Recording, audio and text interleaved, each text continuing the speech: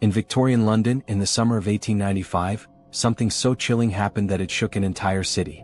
A crime so grotesque that people could barely believe it. This is the story of Robert Coombs, a 13-year-old boy whose actions tore apart the very idea of childhood innocence. Tonight we explore a true horror story, not born from myth or imagination, but from real life.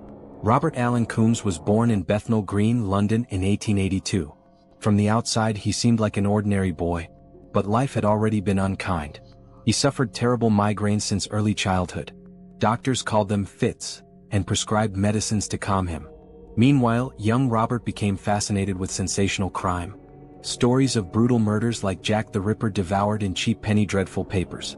He was clever, curious, and by some accounts almost eerily detached. On the morning of July 6, 1895, Robert's father left the family home as usual, headed off to work and expected back soon. But Robert did not plan on returning to normal life. With 5 pence his father had left in his pocket, he did something horrifying. He walked to a nearby shop and bought a large kitchen knife, a butcher-style blade that would change history. He hid it first in a dust bin, then in an unused chimney flue.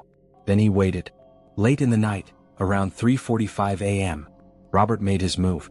His mother, Emily, was asleep. His younger brother, Nathaniel, lay in the next room. According to court testimony, Robert struck first with a truncheon, then drove that knife twice into his mother's heart. And then, chillingly, he went back to sleep in the same bed. The next morning, he calmly told Nathaniel what he had done. Nathaniel didn't believe him at first, but when he saw the body, they both walked out and left her there. And this is where the story turns truly grotesque. For 10 days the two boys lived as if nothing had happened. They covered the body with quicklime to mask the smell of decay. They pawned their mother's belongings, paid the rent, and used the money to go out, even to watch cricket at Lord's Ground. Neighbors saw the boys every day. They ate. They played. No one suspected the horror upstairs. Eventually, suspicion grew. Neighbors noticed a terrible smell, and nothing made sense. Their aunt came with a key, walked up the stairs, and found the door locked. Then she saw it. Emily Coombs, horribly decomposed, infested with maggots, lying on her bed. There was no denying it. The bloody knife was found beside her. Robert's shirt, stained with blood, was discovered nearby. And a letter, written by Robert, tried to explain it all away. But it was a lie. Robert was arrested. His younger brother was too. At trial, the central question was terrifyingly complex. Was this boy evil, or insane? Doctors testified about his headaches. Some said he heard voices telling him to kill. In the end, the court did not sentence him to death. He was only 13, too young to hang. Instead, he was declared insane and sent to Broadmoor Hospital, the most notorious asylum in England. He spent 17 years there. Robert Coombs didn't come out of this story like most murderers. After his time in Broadmoor, he moved to Australia. He served in World War I as a stretcher-bearer, won medals for bravery, and never committed another crime. He became a music teacher, a farmer, a community man. He died in 1949 at age 67. A boy who committed one of the most chilling crimes in history, lived out his life quietly overseas. Rehabilitation, or something darker? That's for each of us to decide. A child, a mother, a knife, and 10 days of horror hidden behind closed doors. The Plaistow horror remains one of Victorian England's most disturbing true crimes. A reminder that evil does not always wear an obvious face. Sleep carefully tonight, for sometimes the darkest stories are the ones that really happened.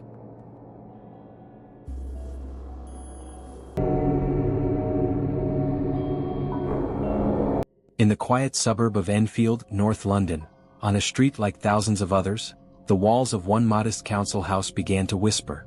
What started as curious noises would quickly escalate into something that shattered the ordinary and beckoned the impossible. This was no ghost story told at sleepovers. This was real. This was the Enfield haunting. In August 1977, Peggy Hodgson, a widowed mother, moved her 4 children into number 284 Green Street. Life was simple. But when Peggy tucked her children into bed on that first night, she could not have known the terror that awaited them. Almost immediately, strange sounds echoed through the walls, knocks, taps, and thuds that had no source. At first, the children tried to ignore them. But on the night of August 30th, Janet and Margaret came running to their mother, terrified, claiming their brothers' beds were shaking on their own. Peggy assumed the creaks were mere imagination at first. Then came the night she heard a tremendous crash upstairs. When she climbed the stairs, she saw a heavy oak chest sliding across the floor, slowly but relentlessly, as if propelled by hands she could not see. Neighbors soon began to hear the same knocks and strange sounds, rhythmic, pounding, unexplained. The noises echoed like someone trapped behind walls, desperate to communicate, or to torment. Some of these knocks were even recorded on tape. When police were called to investigate, even the officers witnessed oddities. One policewoman later documented in writing that a chair levitated nearly an inch off the floor, then glided unassisted toward a corner of the room. She never returned. Word spread rapidly. Paranormal investigators, drawn by curiosity, skepticism, or obsession, arrived to witness events themselves. Maurice Grosse and Guy Lyon Playfair from the Society for Psychical Research documented event after event. Knocking that climbed walls, objects that moved without touch. Playful at first, toys weren't meant to fly. Yet toy bricks, marbles, and even saucers shot across rooms with impossible speed, sometimes striking those who witnessed them. One reporter was hit on the head by a flying brick. Photographers and journalists camped in the house, snapping photos and recording audio. One famous image appeared to show young Janet levitating above her bed, blurred enough to haunt the imagination. But was it supernatural, or staged? As investigators doubled down, the disturbances intensified. Doors opened and slammed of their own accord. Furniture flew. Books toppled from shelves. It was as though the house itself had awakened, and it was angry. The most eerie moments came not from what was seen, but what was heard. At times, a voice, gruff, old, and guttural, spoke through Janet. It claimed to be a man named Bill Wilkins, a former resident who had died in that very house years before.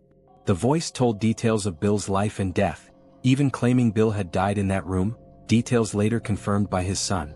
Suddenly, what was dismissed as childish make-believe became something much harder to explain.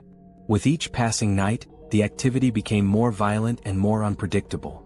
Investigators recorded over 2,000 incidents, a level of documented unrest unheard of in poltergeist lore.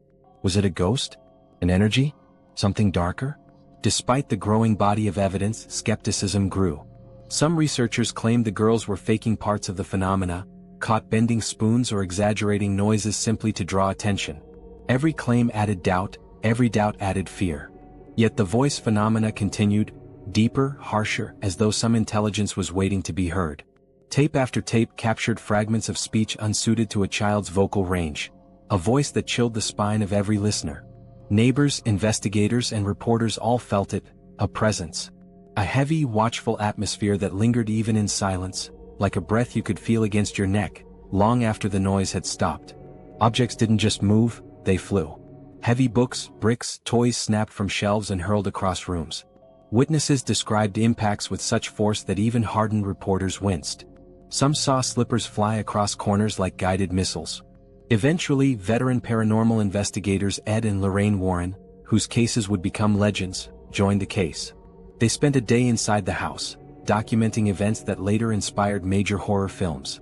Desperate and terrified, the family eventually sought spiritual help.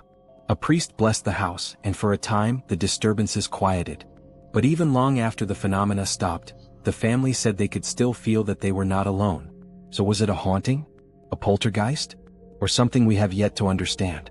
The house now stands quiet, but for those who lived through it, the fear never truly left. Some mysteries don't fade. They wait.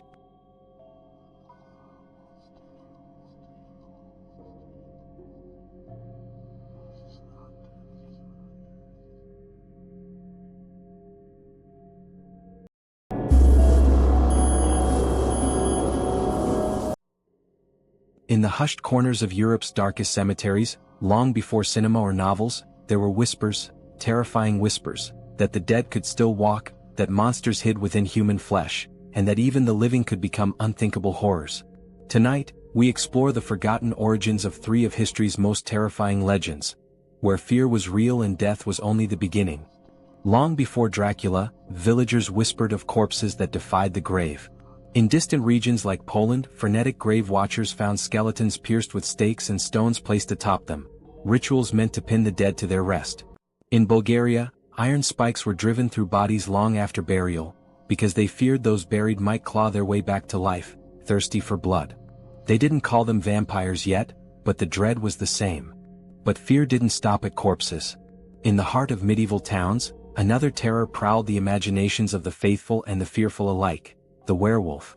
Long before silver bullets, ancient laws named and condemned madly audacious werewolves, believed to be men cursed to wear the skin of wolves, prowling beneath the moon.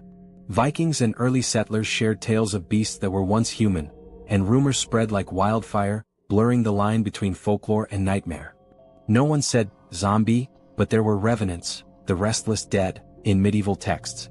Loved ones, buried just days ago, allegedly stalked their families under moonlit skies.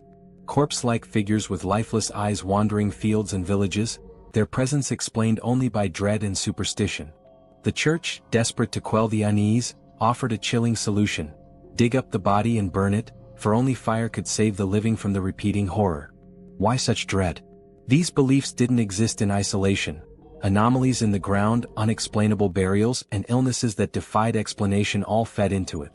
A stiffened corpse found with unexpected wounds, a body that didn't decay as expected. Such sights were whispered to be signs the dead were not really dead at all. And so, the people did what terrified societies do: they created rituals, burial changes, and laws to contain the unknown. As centuries passed, these fears evolved.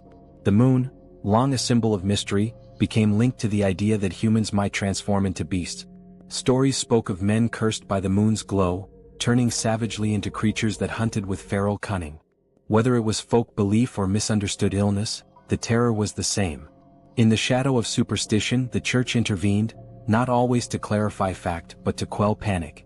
People were advised to exhume suspicious bodies, stake them, burn them, pour holy water, all to prevent the unthinkable: the dead returning to walk among the living. Such frantic rituals revealed a grim truth: when fear grips humanity, even the most rational mind can succumb to terror. Today we look back and see stories of vampires, werewolves, and risen dead as legend. But deep in the bones of history, the dread was very real. These weren't monsters found in fiction. They were the echoes of a world struggling with death, disease, and the unknown. In those whispers in the dark, our ancestors confronted fear itself, and in doing so, gave birth to the horror stories we still tell today. Perhaps our fear of the unknown never left us. Perhaps the dead really did whisper on windless nights. But one thing is certain: myth or reality, some stories were born in such dread that they refuse to fade. Which legend chills you the most? A corpse that refuses to stay buried, or a beast beneath the moon? Comment below.